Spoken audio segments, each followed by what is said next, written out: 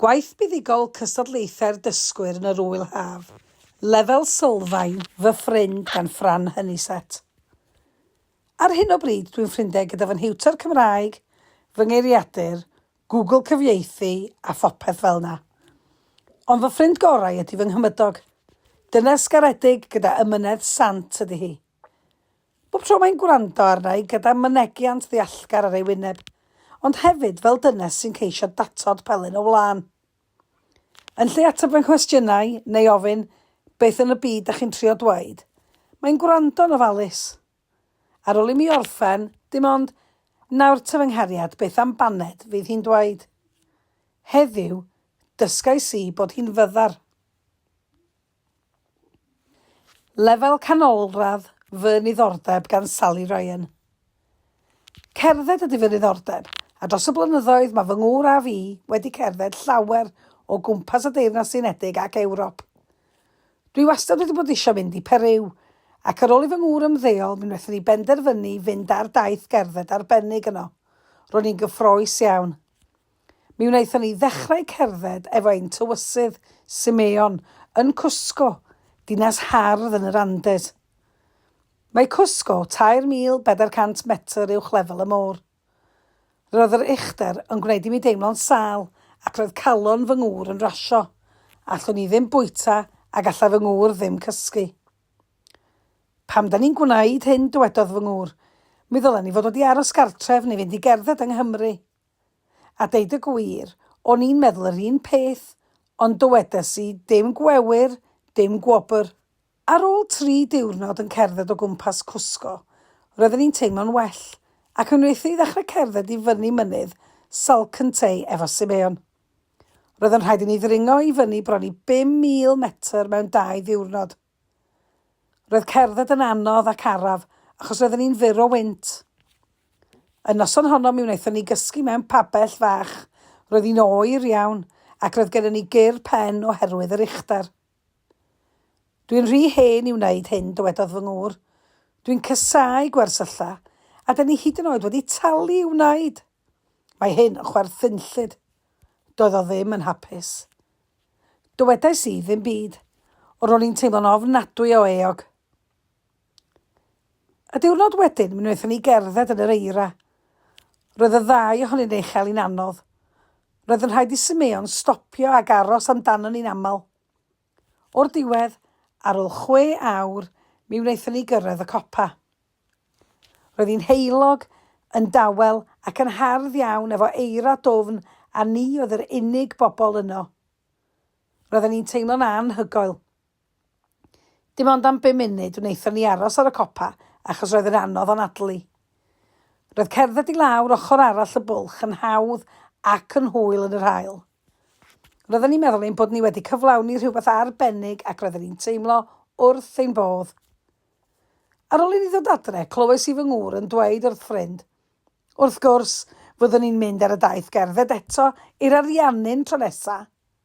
Felly mi wnaethon ni. Lefel hyfedredd ac uwch, fy hoff westau am bryd o fwyd. Lucas, fy ŵyr, ydy fy hoff westau am bryd o fwyd yn bendant. Fel arfer, mae o'n dŵad efo'i dad David a'i chwaer Ifa. Mae David yn siarad llawer. Mae Ifa yn siarad fel melyn bupur. Bechod, Lucas ydy'r fenga yn y teulu, a mae o'n eistedd eb hyngan gai roi ben. Hoffwn i gael sgwrs efo Lucas ar ben fy hun. Bachgen arbennig ydy Lucas. Mae o'n chwilfrydig a dychmygus. Dwi ddim yn chwarae o gwmpas Mimi, dwi'n ymchwilio, medde fo. Gyda llaw, mae Lucas yn dweud Mimi yn lle nain. Mae o wrth ei fodd efo peiriannau. Mae o'n mwynhau datgymalu pethau i ddarganfod sut mae nhw'n gweithio. Yn anffodus, mae o'n torri rhywbeth.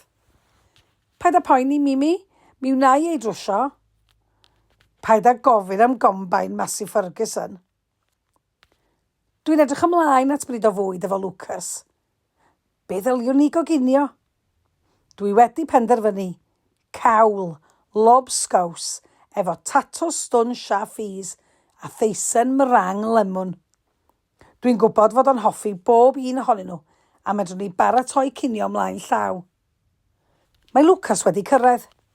Ti eisiau gwneud bwydlen, Lucas? Oes, please. Mi wna i addurno'r fwydlen efo roced. Ar ôl i ni fyta cinio, mi wna i adeiladu roced Lego. Mae Lucas yn helpu gosod y bwrdd. Oes na fara, Mimi? Oes. Dwi wedi torri'r dorth yn ddarnau cul. Gwych. Hoffe ti chwarae Jenga? Pam? Gei di weld? Mae o'n gwneud tŵr fel Jenga ar y plat. Da ni'n eistedd wrth y bwrdd. Cawl, diolch Mimi. Mae rhai o'r llysiau'n arnofio ar y cawl. Pam? Dwnim. Disgyrchiant specifig wrth gwrs. Maen nhw'n llai trwm na dŵr. Gawn ni chwarae Jenga efo'r bara? Ffiw, mae Jenga yn haws na disgyrchiant specifig. Mae'n amser hir ers i mi sefyll ffiseg lefel O. Mae'r tŵr yn cwmpo. Dwi wedi ennill, mae Lucas yn dweud, a mae o'n bwyta'r darn ola. Nesa, lobsgaws, tatws, peas. Diolch Mimi, dwi'n licio peas yn fawr. Maen nhw'n rolio fel gêm golf gwallgo. Mi wna i dyllau o datws stwnsh. Mae o'n codi'r plat ac edrych ar y peas yn rolio. Yn anffodus, mae'r grefi'n rolio hefyd. Ar y bwrdd. Sori, Mimi. Do'n i ddim yn chwarae o gwmpas. Ro'n i'n ymchwilio. Mae Lucas yn bwyta'r lobsgaws yn gyflym. Sgen ti le i bwdin, Lucas? Dwi wedi coginio teisen meringue lemon. Oes, please. Diolch yn fawr iawn, Mimi. Fy hoff bwdin. Sut wyt ti'n gwneud meringue? Dwi'n curo gwyn wy efo chwisg. Ga weld y chwisg, please. Cai, ond ar ôl i ti orffen dy bwdin. Mae o'n rhofio'r darn olaf i mewn i'w geg. Wedi gorffen. Dwi'n rhoi'r chwisg iddo fo. Diddorol, Mimi. Mi wna i ddarganfod sut mae o'n gweithio. Dwi'n clirio'r bwrdd, clec. Mae'r chwisg yn syrthio'n ddarnau ar y llawr. Paid â phoeni, Mimi. Mi wna i ei drwsio fo.